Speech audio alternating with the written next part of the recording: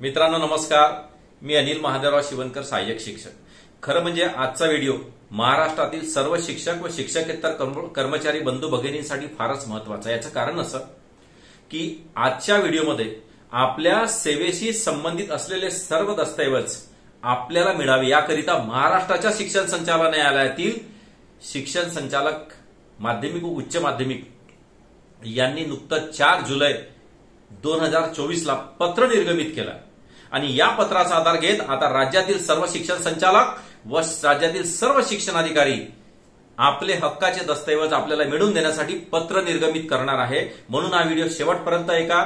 बऱ्याच लोकांचे मला फोन येतात, ते म्हणतात की सर पत्र निघतंय पण त्याची अंमलबजावणी मात्र होत नाही. मित्र हो, त्याची अंमलबजावणी आपण कशी करून घ्यायची याबद्दलची माहिती मी आज तुम्हाला सांगणार आहे. याचं कारण असं, जर आपण पूर्ण वेळ इमाने इतबाराने जर विद्यार्थ्यांना शिकवत असेल, पूर्ण मेहनत करून जर विद्यार्थ्यांना शिकवत असेल, त्या शाळेला समोर नेत असेल, त्या संस्थेला समोर नेत असेल, तर मित्र हो, आपल्या हक्काच्या दस्तऐवजावर आपला अधिकार आहे. आपल्या कॉपीज आपल्याला मिळाल्याच पाहिजेत. म्हणून आपल्याला जागृत करण्यासाठी, आपल्याला लढण्याचं बळ देण्यासाठी व आपले हक्काचे दस्तऐवज आपल्याला मिळवून देण्यासाठी मी हा व्हिडिओ तयार करतो आहे. मित्रांनो, जर आपल्याला महाराष्ट्र खाजगी शाळा कर्मचारी सेवेच्या शर्ती नियमावली 1981, नियम 9, नियम 11, नियम 12 व शिक्षण सेवकाचा कायदा 13/10/2000 च्या अनुषंगाने नियुक्तीपत्र, जोडपत्र ब,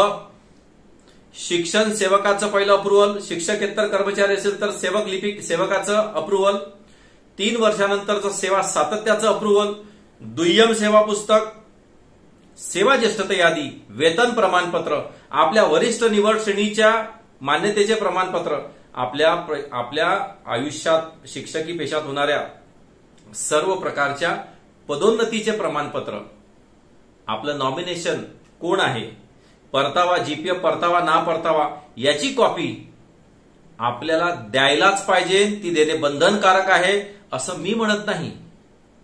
एमईपीएस मध्ये तर तरतूद आहे, 13/10/2000 च्या शिक्षण सेवकाच्या कायद्यामध्ये तर तरतूद आहेच. पण मित्र, याची अंमलबजावणी होत नव्हती. म्हणून राज्याच्या शिक्षण संचालकांनी, माध्यमिक व उच्च माध्यमिक यांनी आपल्या हक्कासाठी याची अंमलबजावणी करण्यासाठी पत्र काढलेलं आहे. आता मित्र हो, राज्यामध्ये अनेक शिक्षण उपसंचालक किंवा शिक्षण अधिकारी पत्र काढतील, पण काही माननीय मुख्याध्यापक आणि काही माननीय शिक्षण संस्थाचालक आपल्याला ते दस्तऐवज मुळीच देणार नाही.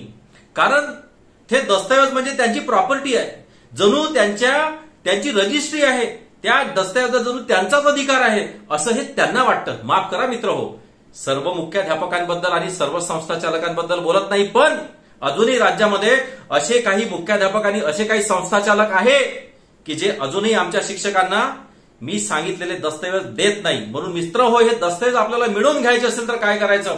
खरं म्हणजे शिक्षण अधिकाराचं पत्र निर्गमित झाल्यानंतर, शिक्षण उपसंचालकाचं पत्र निर्गमित झाल्यानंतर आणि राज्याच्या संचालकाचं पत्र निर्गमित झाल्यानंतर हे दस्तऐवज देणे संस्थेला, प्रकरण परत मुख्याध्यापकांना, शिक्षक व शिक्षकेतर कर्मचाऱ्यांना हे दस्तऐवज देणे बंधनकारक आहे.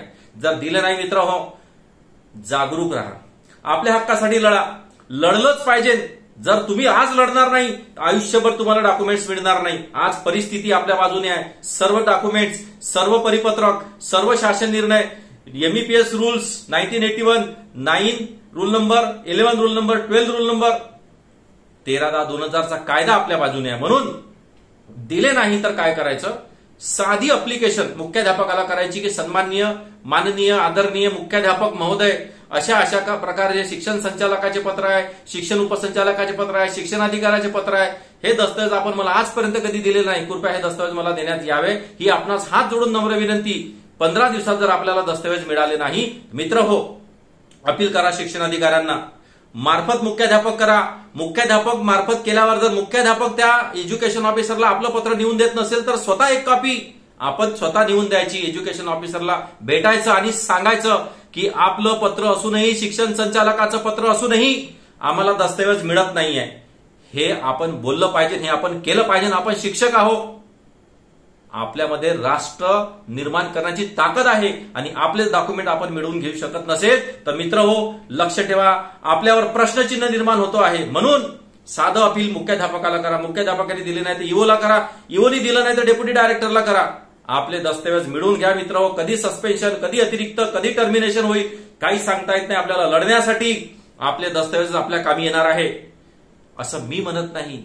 एमईपीएस रूल्स, शिक्षण संचालकाचं 4 जुलैचं पत्र आणि पूर्व विदर्भात शिक्षण उपसंचालकांनी देखील पत्र काढले आणि पूर्व विदर्भातील सर्व जिल्ह्यातील शिक्षणाधिकाऱ्यांनी पत्र काढलेले आहे. आता वेळ आहे तुमची याची अंमलबजावणी कशी करून घ्यायची. तर मित्र हो, दिले नाही तर अपील करा. आपणास हात जोडून नम्र विनंती, माझ्या व्हिडिओला लाईक करा, शेअर करा, जास्तीत जास्त शिक्षकांपर्यंत पाठवा. धन्यवाद.